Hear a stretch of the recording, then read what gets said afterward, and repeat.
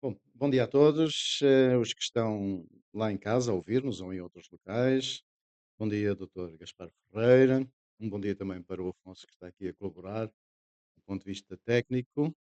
E, hoje temos mais um episódio do CapTcast. O CapTcast é o podcast do Campetra Feed, Centro do Ambiente das Pessoas e do Trabalho, que são as siglas iniciais do CapTcast e também do Campetra. Este tema, é um tema muito específico e muito atual e pertinente. Fala do autoconhecimento e sustentabilidade organizacional. Temos como convidado o Dr. Gaspar Ferreira, eu sou o anfitrião, Miguel Corticer Neves, e vamos ter mais este episódio, cujo tema geral para este ano é Perspectivas do Futuro, onde debatemos temas fundamentais e essenciais sobre sustentabilidade, recursos humanos, inovação em segurança e saúde no trabalho e sempre com convidados que fazem a diferença nestas áreas e que são especialistas nestas áreas. No episódio de hoje vamos falar sobre um tema que tem impacto direto na forma como trabalhamos e como nos relacionamos no ambiente corporativo: autoconhecimento e sustentabilidade organizacional. Mas afinal, como pode o autoconhecimento transformar não só o nosso desempenho individual, mas também contribuir para um ambiente de trabalho mais saudável, produtivo e sustentável? Quais são os desafios das empresas para equilibrar bem-estar e resultados? Como é que os líderes e os gestores podem atuar para construir culturas organizacionais mais resilientes e inovadoras? Para nos ajudar a entender e, de certa forma, a responder a estas questões, temos um convidado muito especial, Dr. Gaspar Ferreira. Dr. Gaspar Ferreira é psicólogo especialista em psicologia social, do trabalho e das organizações, com uma vasta experiência na área da psicologia da performance. Foi oficial no Exército Português e psicólogo no Futebol Clube do Porto. Tem consigo, pois, uma visão única sobre liderança e alto desempenho, quanto mais não seja, pela passagem por estas duas organizações. Foi diretor pedagógico executivo na área de formação e consultoria em recursos humanos e hoje é psicólogo na AE2O, além de consultor em desenvolvimento organizacional, gestão de recursos humanos e avaliação de riscos psicossociais. Desde 2019 escreve a coluna O Lado Psicológico, no jornal Record e colabora regularmente com os meios de comunicação social em temas de saúde ocupacional. Atualmente também é presidente da delegação norte da Ordem dos Psicólogos Portugueses, integra o National Awarding Committee da EFPA e é membro da American Psychological Association, da APA. Pá Ferreira, é um enorme prazer tê-lo aqui no Campetra, nas instalações do Campetra Feed, em Aveiro, em particular neste segundo CapTcast. Antes de mergulharmos neste tema tão atual, pertinente e mesmo necessário, uma questão: o que é que o motiva todos os dias no seu trabalho? Antes de mais, Miguel, muito bom dia, obrigado pelo convite, por este renovado convite, que já não é a primeira vez que tenho o prazer de partilhar algum conhecimento e receber também muita informação das iniciativas do Pimpeta, portanto é um grande gosto estar aqui, também por estar alinhado com aquilo que é o meu trabalho há muitos anos, e agora quando o Miguel estava a fazer a minha apresentação, hum, há aqui uma imprecisão que estava a pensar se ia corrigir ou não, mas vou corrigir porque é importante. Eu não fui oficial no exército português, mas sargento e, Ok. portanto, na altura, quando fui incorporado, tinha apenas o 12º ano e fui incorporado como sargento. E, portanto, e como eu respeito as hierarquias e considero que é importante, valorizar aquilo que são os diferentes estatutos, e porque respeito também a hierarquia, quando falo das hierarquias, a hierarquia da competência. A hierarquia da competência é muito importante, embora hoje também, e já entrando no domínio do que estamos a falar, o bem-estar também entrou, nessa equação. Não basta a competência, e de facto não há competência se não houver também a capacidade de gerir bem-estar ou gerar mesmo o bem-estar. E a minha experiência até como militar, do exército foi a de ter trazido excelentes referências a todos os níveis, portanto, desde uma sã convivência no relacionamento dentro da hierarquia, até àquilo que é a capacidade de gerar, bem-estar, embora eu saiba que isto nem sempre é possível. E há diferentes experiências dentro daquilo que é a vida militar, mas eu tenho relativamente a este aspecto uma experiência ótima, de ter sido militar e de me ter sentido realizado em todos os aspectos. E a pergunta, Miguel, era A porque pergunta é, o que é que o motiva sim, todos os dias no seu trabalho? o que é que me motiva todos os dias no meu trabalho?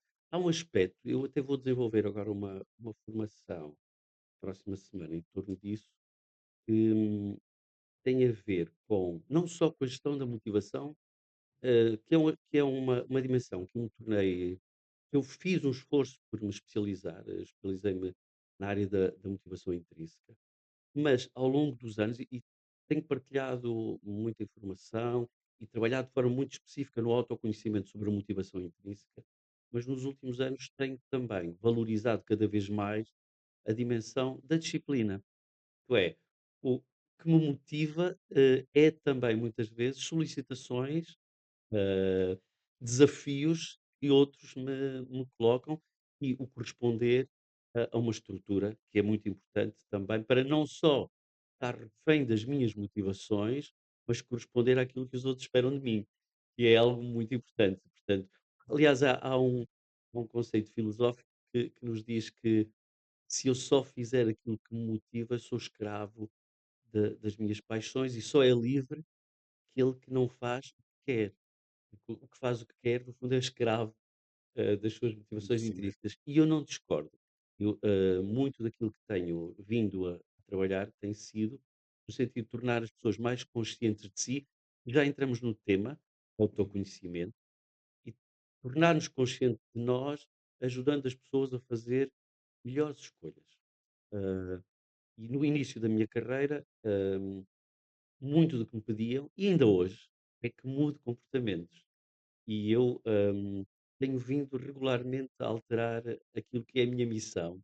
E ultimamente até fiz uma revisão sobre o que é a minha missão, e ela está muito centrada em ajudar as pessoas a tomar, de forma consciente e informada, melhores decisões, melhores escolhas. Mais do que mudar comportamentos, ajudar as pessoas autonomamente a fazer escolhas informadas.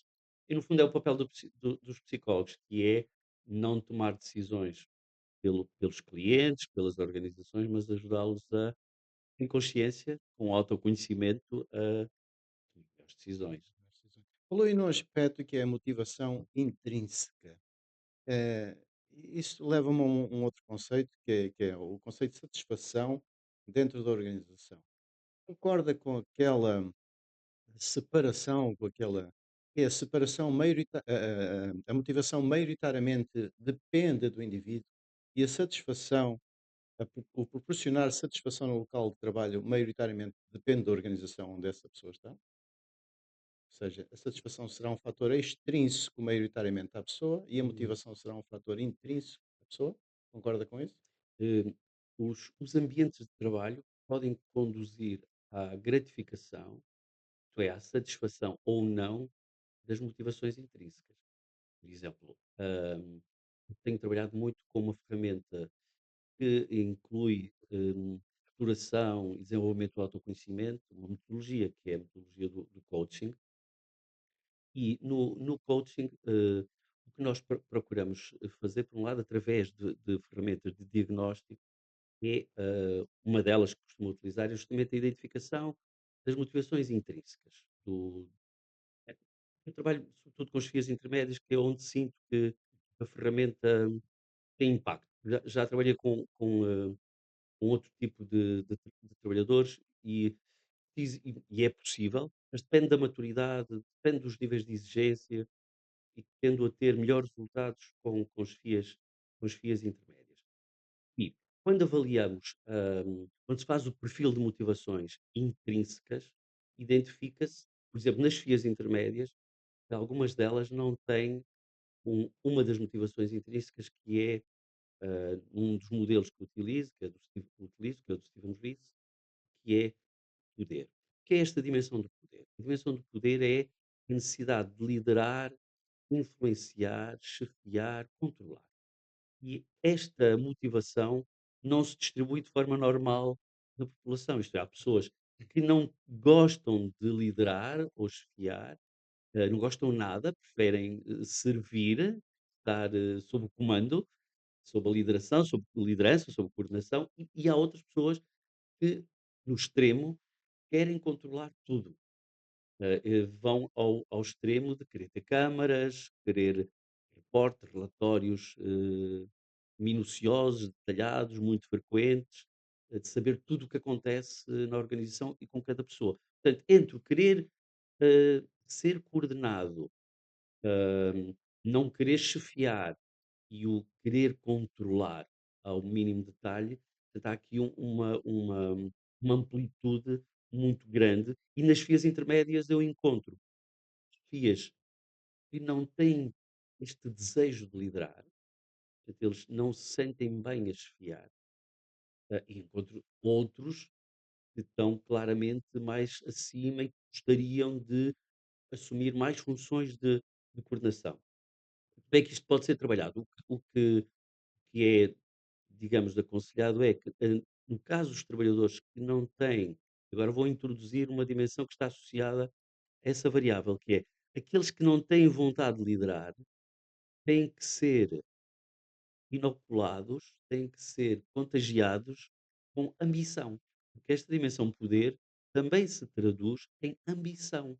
E ambição, portanto, no limite é controlo. Uhum. Eu sou ambicioso, como sou ambicioso também quero controlar tudo, mas tenho esse poder de tração. Portanto, defino objetivos exigentes e no limite levo as pessoas à exaustão e chego à microgestão. Isto é, porque eu tenho muita vontade de controle, eu quero decidir tudo. Quero decidir tudo, quero saber tudo. Aqui embaixo, como não tenho ambição, que eu preci portanto, aqui em cima eu preciso de ajudar a pessoa, a reduzir, o seu grau de controlo, porque isso pode ser pernicioso para a organização. Aqui embaixo eu preciso de Estimular. estimular, trazer ambição. Uhum. O que tenho verificado também, sobretudo nesta metodologia do coaching, e voltando à disciplina, é que, mais importante que a motivação é a pessoa estar consciente e pode ser necessário uma monitorização regular, um acompanhamento regular, quase como uma medicação regular. Porque o que tenho verificado é que, por exemplo, quando as sessões são muito espaçadas no tempo, quando vou à próxima sessão, ah, os Tem que trabalhadores retomar. têm que retomar. E eles esqueceram-se do que estão a fazer, Pois é. esqueceram-se dos objetivos, não valorizam, portanto, é importante que as sessões sejam frequentes para ir trazendo o tema à baila, ir lembrando os objetivos, por isso a disciplina é importante. Esse esquecimento é mais frequente naquele posicionamento que referiu dos trabalhadores que não querem liderar, ou é mais frequente naqueles, que têm ambição e que querem mais poder? Eu diria que ambos precisam de acompanhamento. Ambos precisam de acompanhamento, porque se os primeiros relaxam e e são, autocomplacentes e também complacentes com as suas equipas, não trazendo exigência, não Ok. trazendo pressão, os outros podem exagerar. E portanto, ambos têm que, regular, vir para o equilíbrio. Então, Hum, e uma pergunta, nesses que deveriam ser regulados e que têm uhum. uma ambição, eu chamar-lhe desmedida, e não têm qualquer problema em pisar colegas para poder ascender, e quando há anuência da gestão do topo, o que é que se pode fazer em relação a indivíduos desse calibre, Ora bem, o tema que me coloca, não sei se já roça o ser capaz de lidar, por exemplo, com o assédio, precisamente? ou com a prepotência, ou com formas inadequadas de liderança. E é um aspecto importante porque também se cruza pode cruzar-se com a cultura organizacional, com o alinhamento dos valores da própria organização. Portanto, um dos aspectos importantes é, hum, criar ferramentas na pessoa que está a ser vítima, objeto de pressão, vou colocá-la num primeiro plano de pressão. Isto Uhum. é, porque as organizações e um dos temas era sustentabilidade. As organizações, no final do mês, têm que apresentar resultados para poder pagar, salários. E, Precisamente. portanto, a sua sustentabilidade depende dos rendimentos, da eficiência da da organização. E por isso, que vivemos num ambiente altamente competitivo, Uhum. os gestores, sentem-se responsáveis por, manter, pressão no sentido de os objetivos adequados àquilo que é o ambiente e não é raro, exagerarem, na forma de comunicar, na Uhum. forma de comunicar. Isto, a minha experiência também me tem mostrado que em cargos de topo ainda é mais frequente e agora também vamos para o autoconhecimento. Quando se faz as avaliações de risco psicossocial, onde verificamos como é que as direções, os diretores, os seus quadros de confiança, os humanos, as logísticas, as manutenções, as produções, como é que estes quadros de topo estão a lidar com a pressão, o que os que a análise dos resultados diz é que eles estão, normalmente, com cargas de trabalho muito elevadas, Uhum. sob muita pressão individual e, aliás, o que até noto muitas vezes mais indicador de risco severo, entre os, colaboradores, os trabalhadores de topo, e eu estou aqui a usar a palavra trabalhadores de forma, intencional, portanto, Uhum. estes trabalhadores de topo estão, com indicadores de risco, piores do que as FIAs intermédias e do que os operadores. Uhum. Porquê? Porque eles são mais responsáveis, trabalham mais horas, e nem todos conseguem, de facto, gerir isso da melhor Uhum. maneira. Muitas vezes, portanto, o que fazem é, contagiar, os seus pares ou a pessoa que está logo abaixo na linha hierárquica de forma adequada do seu ponto de vista, porque ele sente que é o que é preciso para dar resposta à sustentabilidade da organização, inadequada quando o trabalhador sente que a forma como isso está a acontecer, a frequência, não se compagina com o seu bem-estar. Agora, o que é que uns e outros devem fazer? Aquele que se está a sentir pressionado, de facto, tem que ter ferramentas para se defender, Uhum. portanto, do ponto de vista assertivo, a cultura da organização tem que prever formas, prevê nas organizações maduras, prevê que isso aconteça, por exemplo, canalizando para os recursos humanos. Claro, estamos a ver já aqui uma dificuldade, particularmente nos colaboradores, dos trabalhadores de topo, que é, eu sou trabalhador de topo e vou reportar aos RH. Como é que os RH, que são praticamente um par, vão lidar com isto? Se estiverem preparados, conseguirão naturalmente e ajudar-me-ão. Será mais fácil, acredito, nas linhas hierárquicas mais abaixo. E eu aqui estou a olhar para uma organização clássica, moderna, não é? Uhum. Moderna, hum, nós conhecemos como do tipo industrial, onde as linhas hierárquicas são muito claras, são muito definidas, e nem sempre, Se particularmente agora verifica com os novos modos de de organização do organização, claro. trabalho, está muito claro.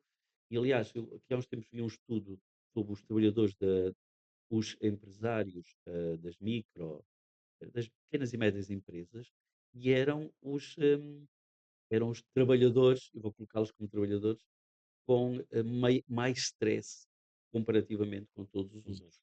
Portanto, e também a minha experiência mostra que quando falo com muitos destes empresários de pequenas e médias empresas, é que alguns deles já têm, hum, na sua saúde física, eh, Reflexos reflexos disso. E muitas dessa vezes dessa estão em negação e não querem parar ou não sentem que não podem, que o nível de compromisso e exigência impede-os muitas vezes de parar, abrandar para poder, eh, permitir que o seu corpo recupere. Este é um dos Provável problemas, o sim. corpo tem que recuperar, tem que Isso ter tempo. provavelmente porque não tem o autoconhecimento necessário e suficiente para poder reagir e aceitar determinadas situações que na parte física se vai manifestando, mas que tem origem na parte mental, psicológica, correto? Sim, sim, nos ritmos de E nos trabalho, ritmos de nos trabalho. ritmos de trabalho, nas exigências de Isso, poderá advir também da proximidade que esses gestores de micro, pequenas e médias empresas têm com os seus trabalhadores, o que nem sempre acontece nas grandes organizações, porque há um afastamento mais dos trabalhadores. Será que parte disso poderá advir do contacto direto com os trabalhadores, de forma mais direta? pode acontecer, se for ambientes onde a conflitualidade, embora eu sinta que muito provavelmente também tem a ver, até a questão dos conflitos, com falta de recursos. Isto é, Ok, quando eu tenho poucas pessoas, o equipamento que tenho não é o mais moderno. O ambiente é altamente competitivo e eu tenho, às vezes, que comprometer a sustentabilidade ou o bem-estar meu ou dos outros. Portanto, isto torna tudo muito mais exigente. Portanto, a tarefa de quem não tem recursos é sempre muito mais muito mais difícil. difícil. Quando eu vou às multinacionais, o que vejo é recursos, capacidade de acomodar, capacidade de subcontratar. Isto é, os meus trabalhadores estão esforço, subcontrato, vou Ok. procurar pessoas para apoiar. Isto não é possível em muitas Em muitas organizações. organizações. Em vez de subcontratar, o que faço é eh, trabalhar mais horas, Sobrecarregar. Em vez de traba- sobrecontratar, é trabalhar mais sobrecarregar. depressa E o resultado depois, e os resultados aparecem do ponto de vista do bem-estar. claro, Quando aparece do ponto de vista da eficiência, ótimo, mas muitas vezes é com custos sim. no bem-estar e na saúde. Muito bem, esta questão do autoconhecimento e do trabalho é fundamental e leva-me a uma outra questão que eu tinha aqui para lhe colocar. Muitas pessoas veem o autoconhecimento como algo abstrato. É uma coisa que é só dos outros, eu não preciso disso, é quase um assunto espiritual. Da sua experiência e na sua opinião, como é que este autoconhecimento efetivamente tem impacto na produtividade e na satisfação no local de trabalho? Hum, Há um aspecto no autoconhecimento, há várias dimensões que podemos trabalhar no autoconhecimento, podemos falar da motivação, podemos falar da inteligência emocional e pegando até num conceito do Daniel Goleman. O Daniel Goleman, digamos que foi um grande divulgador da inteligência emocional e ele tem um Sim, conceito que é sobre maturidade, sobre o que é maturidade. E a maturidade emocional é a capacidade de entender o intervalo, portanto, entre o impulso e a ação. Eu sou mais ok. maduro quanto mais sou capaz de estender este intervalo entre a minha paixão, a minha motivação e a tomada de decisão. Esta é uma dimensão que é a pessoa conhecer-se relativamente aos seus processos cognitivos, e já vou lá, e emocionais, eles estão intimamente ligados. Eh, o Goleman chamava a atenção para o ser capaz de gerir emoções. Ainda ontem, eu não sei quando é que o podcast vai sair, mas ontem tivemos um episódio de política internacional onde líderes de topo Sim. tiveram muita dificuldade de gerir as suas emoções. Estamos todos, neste momento, contagiados pelo receio, pela Do que insegurança possa do acontecer. que possa acontecer, porque aqueles interlocutores perderam o controle emocional, num contexto muito exigente, muito difícil e onde todos estão sob E num contexto mundial, e num contexto mundial, com com impacto responsabilidades tremendas e com impacto em muita coisa. mundial e que agora repercute-se no nosso dia a dia, porque amanhã vou falar com o diretor de uma empresa A ou B e ele não sabe muito bem se deve investir, se deve O contratar, que se é que deve o fazer a espera? viagem, porque isto mexe com tudo. Portanto, a maturidade emocional, esta capacidade de controle emocional, é muito importante. É importante que o Zelensky, e nós sabemos que ele tem passado 3 anos muito difíceis, seja capaz de se regular e é necessário que o Trump tem as responsabilidades que tem e o seu vice-presidente também tem Capacidade essa de capacidade de regular. E isto é verdade a todos os níveis, seja nos diretores de empresas, seja nas chefias, seja nos trabalhadores, seja numa pessoa que está num call center ou num front office, tem que ser capaz de lidar, por exemplo, com um cliente, ou com clientes que vêm com pressão e, por exemplo, no caso trazendo já para não estar só a trabalhar aqui no topo, e indo para esta variável da inteligência emocional, pessoas que lidam com front office, precisam de medidas organizacionais, isto é, muitas empresas já têm a orientação de que não pode trabalhar mais do que 3 horas, 4 horas naquele contexto de atendimento e depois vai fazer outra tarefa, porque aquilo é muito exigente, é é desgastante. desgastante e, portanto, ainda que a pessoa tenha as ferramentas, a formação, a maturidade, se eu for muito sobrecarregado, vou cometer erros.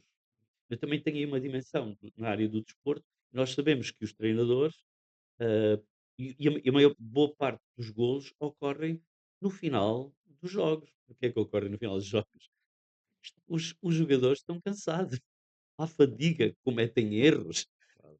E portanto o erro acontece, o acidente acontece quando estou cansado.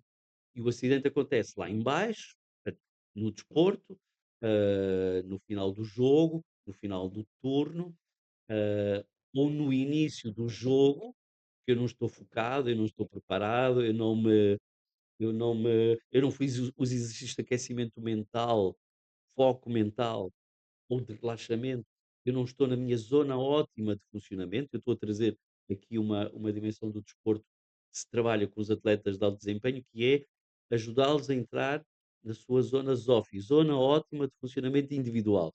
Uhum. Os trabalhadores também precisam, cada vez mais estamos a fazer isto, ser capazes de entrar na sua zona ótima de funcionamento individual. E há empresas que já o fazem, estou a lembrar várias empresas. Aliás, vou ter agora um team building no final do mês nesse sentido, que está a começar a trabalhar esse aspecto, mas estou a lembrar-me de uma empresa que tem um team leader, reúne sempre no início da manhã ou do turno e com as suas equipas e tenta ver, portanto, distribui os objetivos, as tarefas, chama a atenção para as questões de segurança e, porque a confiança o clima o permite, também, faz parte da discussão as necessidades dos trabalhadores. E há Uhum. trabalhadores que vão dizer: "O meu filho não me deixou dormir, estou muito cansado, tenho que sair mais cedo para ir, a uma consulta", ou estou a ver como é que eu coloco de forma, adequada, ou estou com o período, isto é, estou, mais sensível, Uhum. portanto, no caso das nossas trabalhadoras. E, portanto, preciso de alguma tolerância Alguma se compreensão. alguma compreensão se tiver aqui um comportamento diferente daquele que estou esperado. Este clima, esta confiança que o team leader tem com a sua equipa, esta capacidade de negociar os objetivos de sustentabilidade sem comprometer o bem-estar Uhum. da equipa é fundamental e exige cultura, por um lado, cultura organizacional, exige medidas organizacionais e exige o trabalho individual de eu ser capaz de conhecer os meus limites e ser capaz, que é um aspecto de trabalho muitas vezes, de pedir ajuda. Uhum. Que pedir ajuda é algo que está associado ao stress. eh, Quando estamos sob stress, eh, naturalmente pedimos ajuda, mas há contextos organizacionais onde isso não é possível. Não é possível isso pedir ajuda. Não há momentos para eu pedir ajuda e os trabalhadores também não sabem fazer. Muitas vezes pedem ajuda dizendo umas asneiras. É muito comum. A forma Eh, não é eles explícita só, como o fazem, sim, né? eles não o fazem assertivamente, mas o que eles estão a fazer, aqueles conflitos são sintomas de preciso de ajuda. Ok. Preciso de recursos. Olhem para mim, estou aqui. Sim, e, esta máquina não está a trabalhar da forma adequada. preciso de mais uma pessoa para me ajudar a tirar os carrinhos com Uhum. determinada produção. E a forma de pedir ajuda também tem dimensões culturais. Se eu criar momentos para pedir ajuda, facilita. Se eu criar disponibilidades, formas de pedir ajuda, tudo isso vai favorecer, Mas eh, isso a depende da redução do própria stress. preparação que o líder tem para perceber a equipa que tem, Sim, obrigar a conhecer, sim, não apenas a conhecer-se a si, sim, autoconhecimento, mas a conhecer os sim, seus trabalhadores e sim, elementos da sua equipa sim, para poder estar atento e desperto para essas questões. sim. E quando falava da maturidade, um líder, uma chefia que seja capaz justamente de acolher um determinado impulso, e para processá-lo da forma adequada, para dar depois uma resposta adequada, é diferente daquilo que Claro, interpreta os impulsos como uma ameaça, como um perigo, como uma crítica. uma situação a Sim, abafar, para uma situação para abafar. E essa é curioso que eu traga muitas vezes, há essa tentação que é do abafar. Esse propósito até queria partilhar uma experiência também que tive com uma diga, empresa, diga. onde é uma empresa que teve uma certificação também de local de trabalho saudável e a dada altura, portanto, eu fui em visita e o diretor da empresa partilhou que num determinado período do ano já tinham tido cerca de 300 queixas, 300 reclamações. E ele, apresentou de forma orgulhosa. Portanto, nós até este momento, determinado período, já recebemos 300 queixas dos nossos trabalhadores, das quais já demos respostas a tantas. Ok. Portanto, em vez de abafar queixas, as dificuldades, eh, os sentimentos de pressão dos trabalhadores, ele diz: eu tenho aqui esta informação, isto é importante, estamos a trabalhar nisto, Estamos a tratá-la. estamos a tratar isto e, portanto, eu não vou abafar aquilo que está a acontecer, eu sou responsável por aquilo que aconteceu. Portanto, essa é uma dimensão importante que é lidar com maturidade Uhum. aquilo que acolho. A outra variável que eventualmente eu também realmente, considero muito importante e às vezes até, hã, eu acho que elas estão intimamente ligadas. Inteligência emocional, eu muitas vezes chamo-lhe de inteligência motivacional. Ok. Conhecer-me, conhecer as minhas motivações e vai à sua primeira pergunta, Miguel, que é, hum, se a organização como é que a organização, se depende da organização Uhum. ser capaz de satisfazer os trabalhadores? Eu diria sim, portanto, ah, eu posso ter a necessidade, por exemplo, de comer. Comer é uma das motivações intrínsecas. Há trabalhadores para quem comer é muito importante. Uhum. Se não comerem bem, o dia está estragado. Hum, e, portanto, se a organização não der tempo suficiente para ela comer nas vezes que ela precisar para se sentir satisfeita, Uhum. ela vai dizer que isto é uma má empresa. Esta empresa não respeita as minhas necessidades. Certo. E, portanto, sim, a empresa tem que conhecer, deve conhecer bem os seus trabalhadores para ir permitindo a satisfação de diferentes necessidades. Porque há Ok. trabalhadores para quem comer não é importante. É eh, estar disponível para, isto é um problema, dentro de certas organizações, para acompanhar as necessidades dos meus filhos. Uhum. Portanto, para alguns trabalhadores é muito importante eu, durante o dia, todo o dia, saber como é que os meus filhos estão, como é que eu posso ajudá-los. Não conseguir fazê-lo faz-me sentir insatisfeito, frustrado e infeliz. E pode levar a uma quebra de produtividade E é uma mesmo. quebra na produtividade.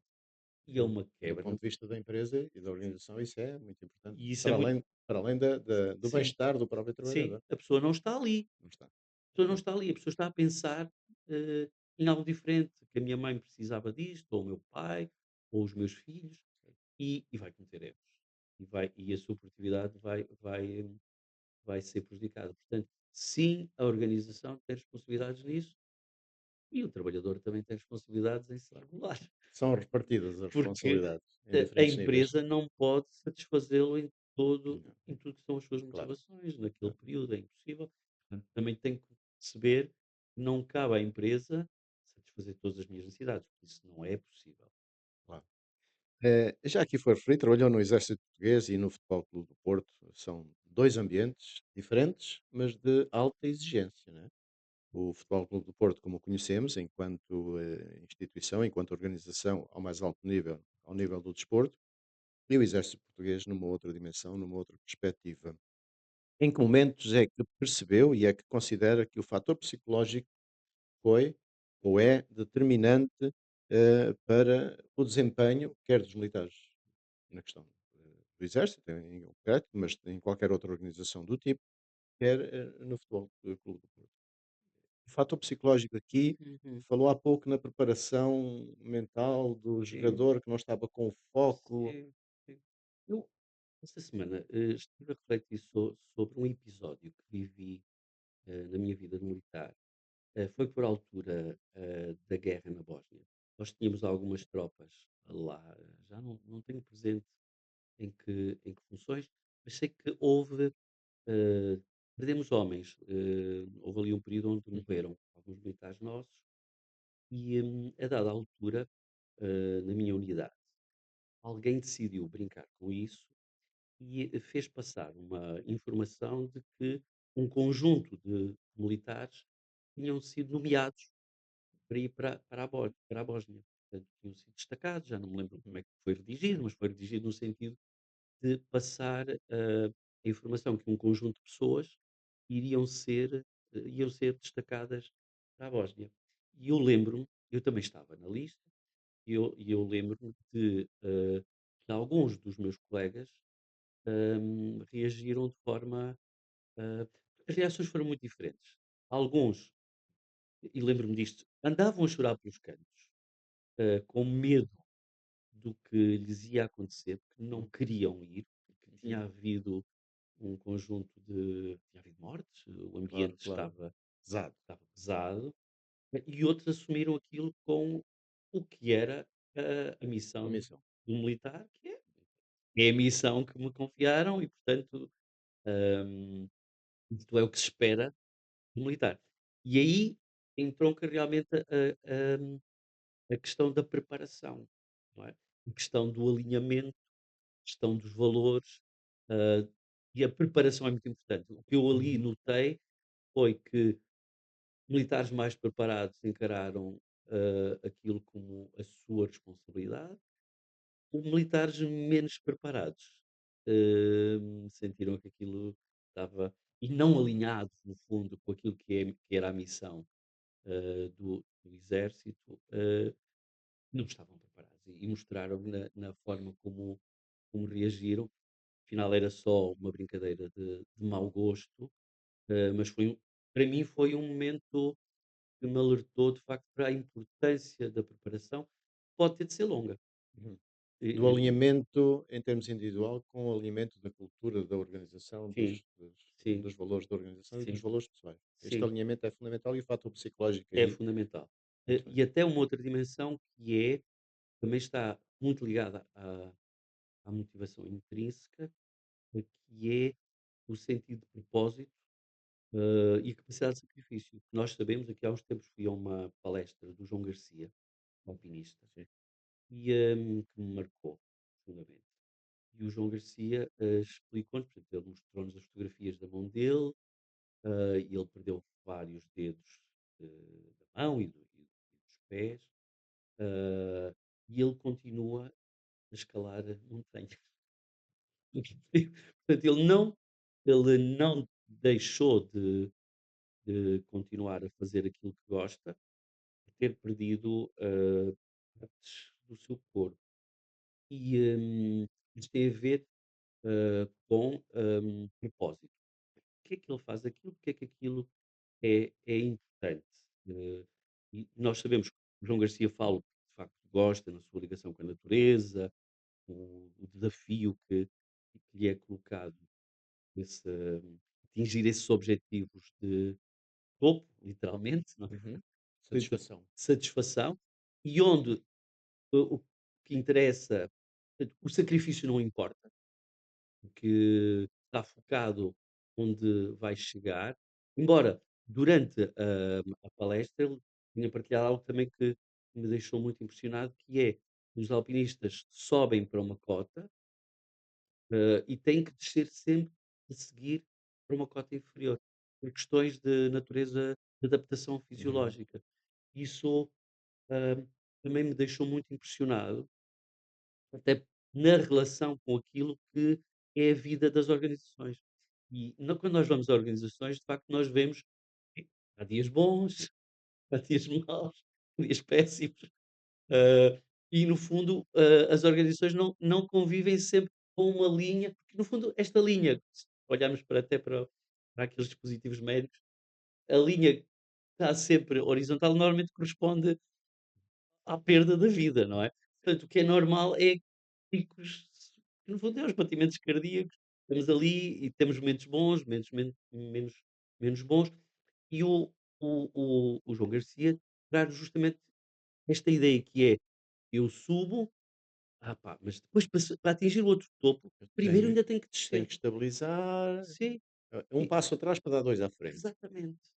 E isto também é verdade nas nas organizações. Isto organizações. também é verdade nas, nas organizações e, portanto, o espírito de sacrifício, o espírito de propósito é fundamental para, para Para atingir atingirmos os para objetivos. atingirmos os nossos objetivos e que pode ir além. Estávamos a falar do caso dos militares, eh, é cultural, mas também é intrínseco, Uhum. não é? No caso dos militares é cultural, aliás até mais do que isso, Sim, é provavelmente legal, portanto, estar nessa função, nessa missão, implica estar disponível para o sacrifício da sua própria vida. O trabalho, de um modo geral, não nos é pedido tanto, mas muitas vezes, nós, levamos, e conseguimos suportar condições difíceis porque temos propósito. Portanto, quando há esse alinhamento de propósito, nós podemos ir mais longe. O risco que corremos aqui é, eh, principalmente nas lideranças, é de que os outros não partilhem o o mesmo o sentimento, mesmo sentido de o propósito, mesmo portanto, sentimento. e nós queremos levar isto até aos limites, e os outros não estão disponíveis, Não dizem: estão. "Isto não é não Falta de alinhamento, falta de falta de alinhamento", não é? alinhamento, Há ali uma falta de falta de alinhamento. alinhamento. Falou em líderes já várias vezes e isso, leva-me aqui a uma outra questão, liderança e cultura organizacional.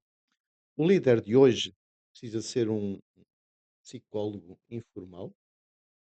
Precisa de ter essa percepção Uhum. dos outros para poder liderar efetivamente e não apenas chefiar? Precisa de ter competências de autorregulação, para isso precisa de autoconhecimento, eh, precisa de conhecer a sua, inteligência emocional, quais são as suas, motivações, precisa de conhecer, eh, o os seus enviesamentos cognitivos, portanto, ele precisa de ser, hã, acima de tudo, Quando fala em conhecer-se mesmo. enviesamentos cognitivos, fala em limitações?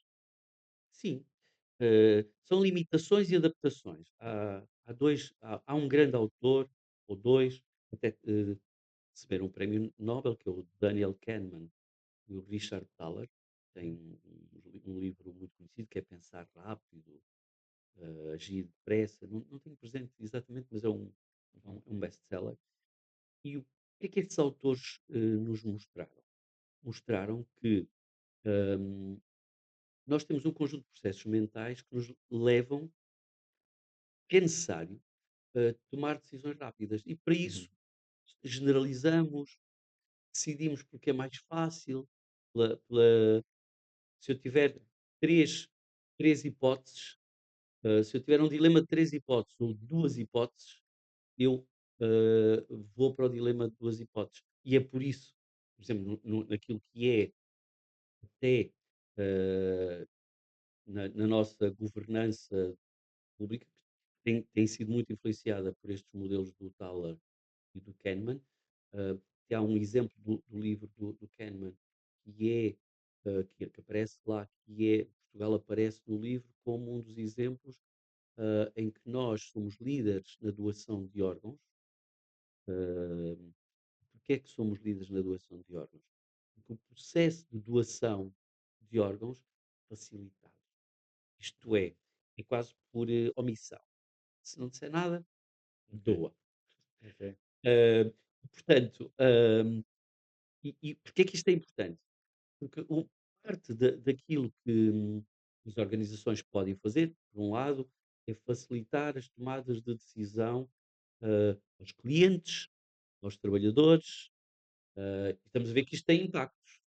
Tem impactos. Se eu for capaz de, na comunicação com o meu cliente, facilitar os seus processos mentais, que sei que as pessoas tendem a querer poupar energia. Portanto, se eu puder conviver num ambiente onde não me complicam a vida, eu vou escolhê-lo. Portanto, eu não Claro, quero ambientes altamente complicados, quero processos organizacionais e de vida nos meios de comunicação, de transporte, que me facilitam, mais fluidos. fluidos, não é? Que não me compliquem Claro, a vida. Portanto, e o nosso cérebro, então, tem armadilhas mentais, tem armadilhas e leva-nos a optar, em vez de analisar os assuntos de forma complexa, eu procuro simplificá-los. Eu generalizo. Enquanto falava do psicólogo informal, há um enviesamento conhecido, que até tem sido muito publicitado, que é o de Dunning-Kruger, que é, e este é um risco, quanto menos informação eu tenho sobre um determinado tema, quanto menos especialista eu sou, maior é o meu grau de convicção de que sei muito sobre o assunto.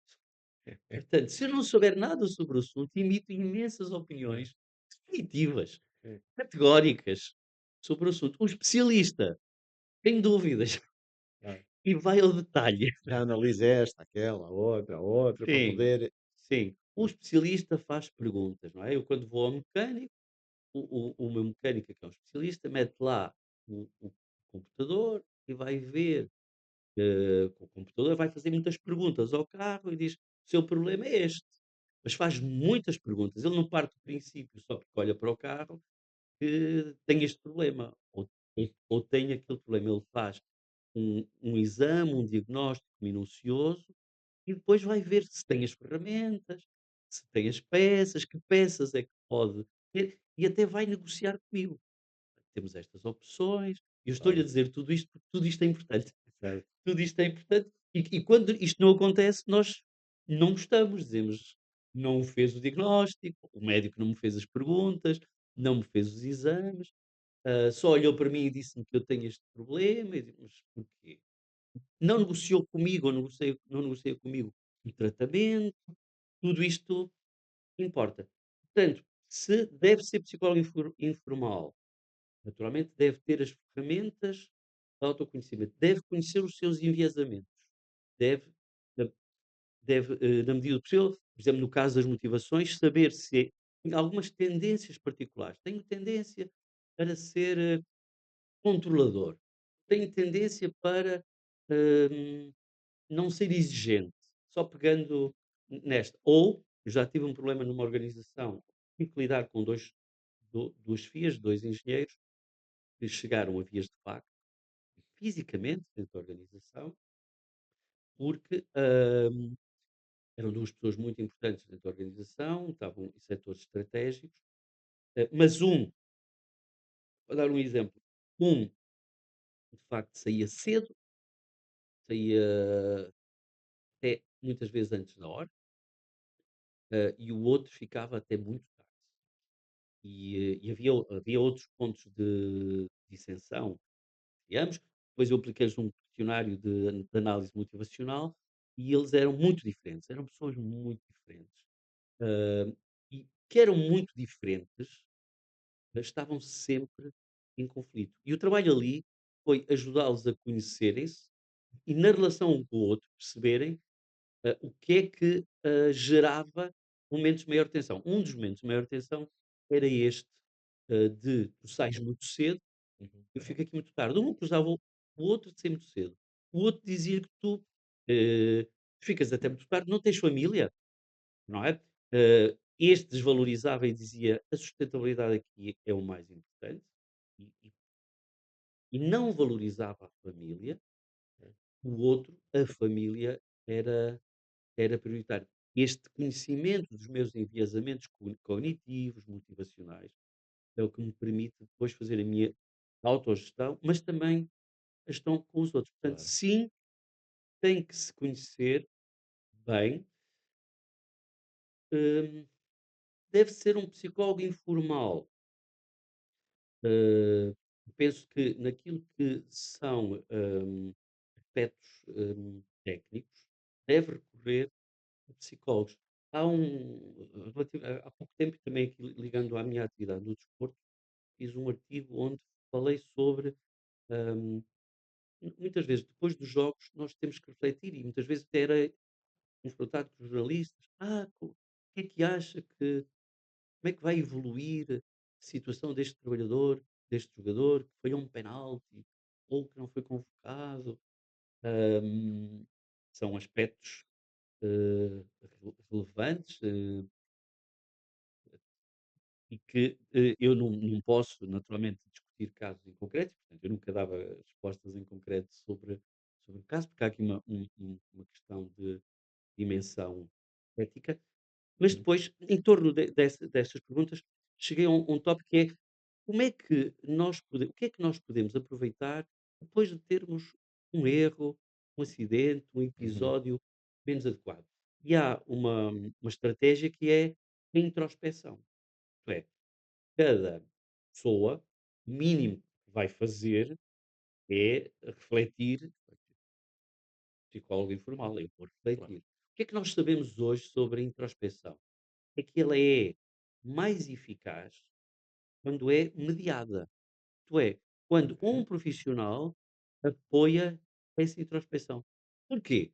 Porque na maior parte das vezes a minha introspeção Só para onde eu quero. está viciada. Está E viciada. quando é apoiada, é canalizada, é orientada para aquilo E, que é a base e do abrem-se outras pistas. claro. Porque eu estou muito focado naquilo que é o meu mundo, as minhas motivações, a minha realidade, os meus pensamentos tornam-se muito circulares.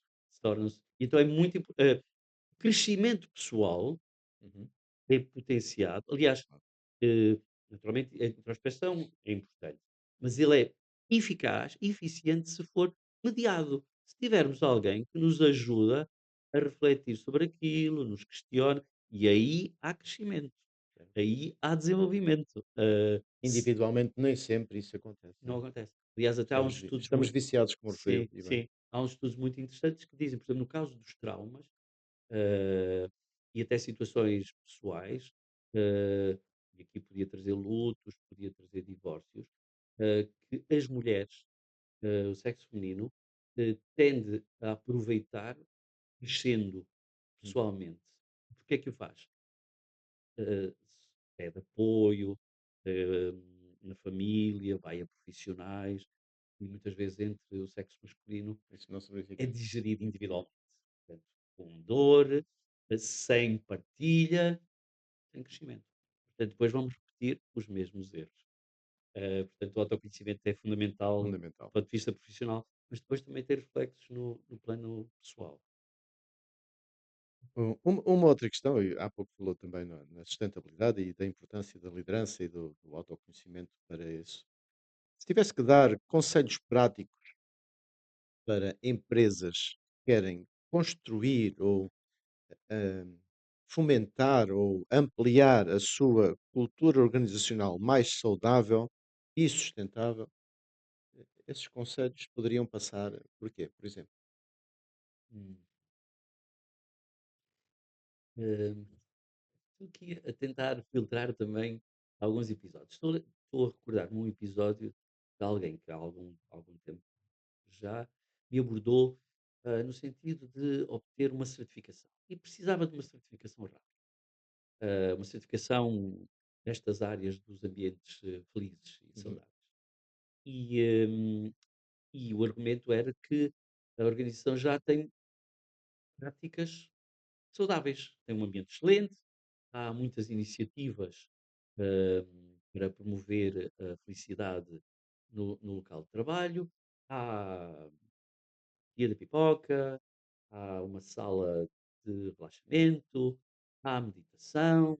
há um conjunto de iniciativas, Uhum. para tratar isto. E a minha pergunta foi, primeiro, e que causou algum desconcerto, foi se já tinha sido feito um diagnóstico, uma avaliação de riscos psicossociais. Hum. Portanto, já foi feito um diagnóstico prévio para saber o estado de cada pessoa e dos grupos que temos? A pessoa disse que não, mas temos um ambiente espetacular. E portanto, eu acho que podemos ter um ambiente espetacular sem um diagnóstico, fino, mas do ponto de vista metodológico, o primeiro passo é fazer os nossos check-ups regulares, que é o que a lei até diz.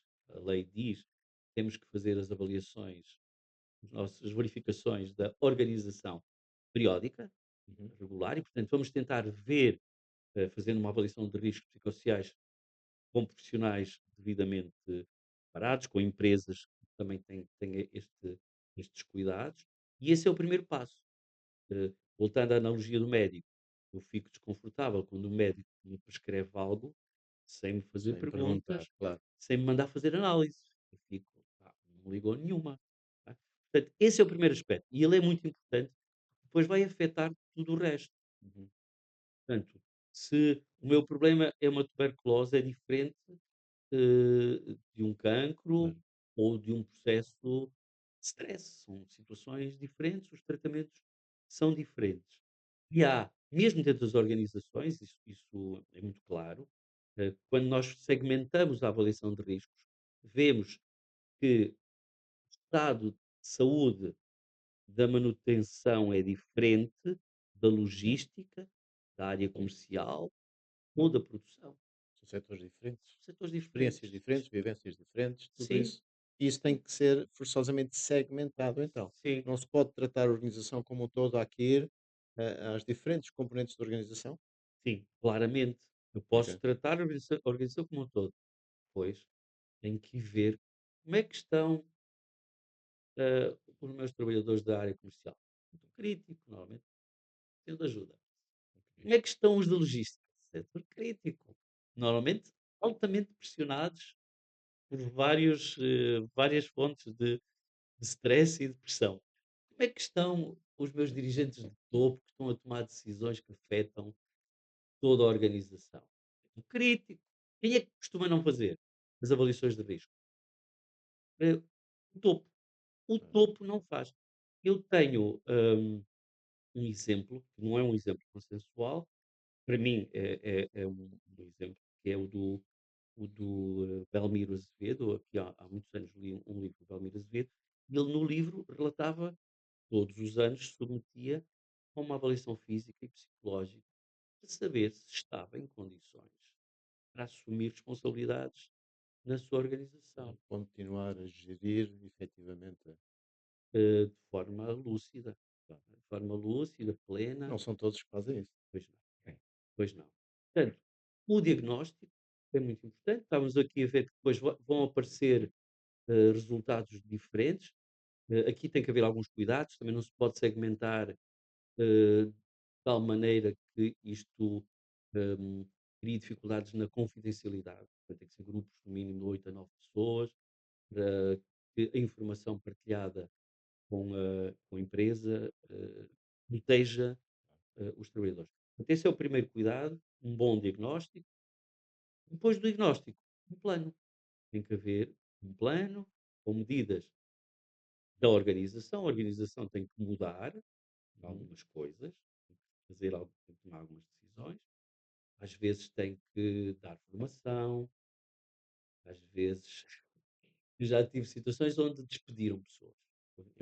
Eu ia perguntar isso. Olharam para o relatório e despediram. E eu achei que foi prematuro, porque elas concluíram ter culpa de. Pois. Despediram. Pareceu-me que aquilo foi excessivo. Aliás, hum, o que a lei diz é que primeiro apoiamos as pessoas, primeiro temos formação, processos de coaching, apoiamos a pessoa, damos um tempo, e depois é que vamos ver se houve ou não melhorias. Mas outras ignoraram. Isto é, os indicadores eram altamente negativos relativamente a setores E está tudo bem. e nada fizeram, relativamente e isso também me preocupa, não é, quando não se tomam decisões. Há um plano de ação relativamente às medidas organizacionais e há um plano de ação relativamente ao empoderamento e resiliência dos trabalhadores. Uhum. Temos que mudar na organização e os trabalhadores também têm que fazer pela vida. Os trabalhadores também têm que ser mais fortes, têm que se defender, têm que comunicar melhor, têm que colaborar. Muitas vezes Tem que também ter mais autoconhecimento para poderem chegar aí também, não também é? precisam de mais autoconhecimento e também precisam muitas vezes de ter uma postura mais colaborante, e não opositora relativamente a quem lhes paga os salários. Quem lhes paga, no fundo, é uma produção Claro. conjunta, mas é importante que colaborem. E tem que ser trabalhado também isso e tem que ter ferramentas para lidar com situações do dia a dia. Como é que lido com a série? Como é que lido Uhum. com ofensas? Como é que lido com a pressão? Como é que lido com situações pessoais, familiares? Tem que ser trabalhado. Tem que perceber também em que fase é que estão. No burnout há várias fases e há algumas fases que exigem ação. Por exemplo, estou a consumir muito álcool, estou a dormir mal, estou a tomar muito café, eu tenho que fazer qualquer coisa, não é? Estou a engordar muito, estou muito sedentário, sou eu que tenho que fazer algumas coisas. É Claro, minha responsabilidade não é a organização. A organização, se possível, deve criar condições. Mas a organização não me vai deitar na cama. claro. Sou eu que tenho que ter disciplina para me deitar, sou eu que tenho que ter Voltamos, disciplina, voltamos ao início. sim, no Disciplina. fim de semana para na segunda-feira estar capaz e não cometer erros no início do dia. Uhum. Portanto, plano de ação, é fundamental E o acompanhamento.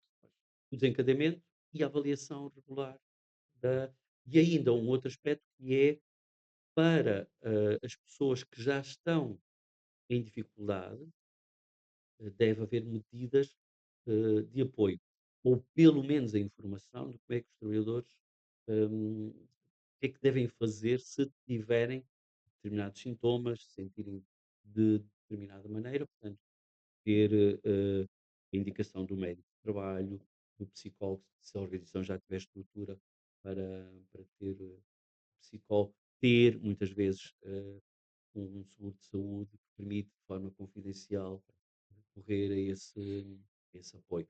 Portanto, diagnóstico, plano de ação consequente e em Uhum. resultado do diagnóstico e apoio para quem está em dificuldades, não é? E que nós não podemos curar. Numa das ações que nós estivemos, Miguel, e em que eu dei uma resposta até bastante genérica, eh, também é importante, em alguns casos, que haja até, o envolvimento, da área social. Isto é, o psicólogo nem pode, quem pode é um assistente social, Uhum. é fazer a canalização ao Ok. município, porque aqueles trabalhadores, por exemplo, aqui até aqui nesta zona em que há, aqui a zona de Aveiro, Santa Maria da Feira, tenho feito algum trabalho aqui e tenho visto muitas pessoas com segundos empregos e em algumas situações é preciso apoios sociais. Uhum. Não é o psicólogo, não é a empresa, Que vai poder não proporcionar vai isso. resolver. Tem que ir para a componente social. Tem que ir para a componente social e ter outro, Muito bem. outro tipo de apoios,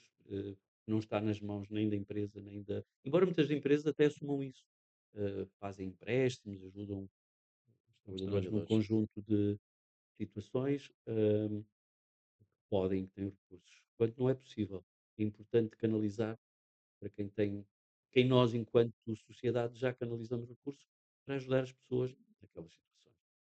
Muito bem. Chegamos ao final de sensivelmente uma hora de conversa e à conversa com Gaspar Ferreira, psicólogo. Ehm, e a mensagem final que eu gostaria de deixar, para além de agradecer a presença de Gaspar Ferreira, muito obrigado uma Obrigado vez eu, mais por Miguel. se ter disponibilizado a vir de Porto até aqui para conversar connosco nas instalações do Campetra Fit. Para quem nos ouve e quer desenvolver mais o autoconhecimento no trabalho, por onde começar hoje? É uma pergunta que eu deixo. E se calhar uma pergunta no seguimento dos conselhos que o Dr. Gaspar Ferreira nos deixou. o diagnóstico, o plano e depois o apoio, o acompanhamento. Se calhar devemos todos pensar, nós aqui e quem está a ouvir-nos, pensar nestas questões, porque provavelmente serão o princípio para que haja um autoconhecimento bom, suficiente, para que possa haver uma correta e adequada sustentabilidade organizacional. Muito obrigado mais uma vez, Dr. Gaspar Ferreira, por estar aqui connosco a conversar. Eu gostei imenso daquilo que nos transmitiu, fez-me recordar alguns aspectos, fez-me pensar menos positivamente em outros pelos quais passei também, e de certa forma foi uma conversa que a mim, do ponto de vista pessoal, me agradou muito. Eh, Este nosso podcast vai ser divulgado nas redes sociais, ok? Depois serão divulgados também os contactos. Se gostou deste podcast, partilhe com os seus conhecidos, partilhe com os seus chefes, com os seus subordinados em termos organizacionais.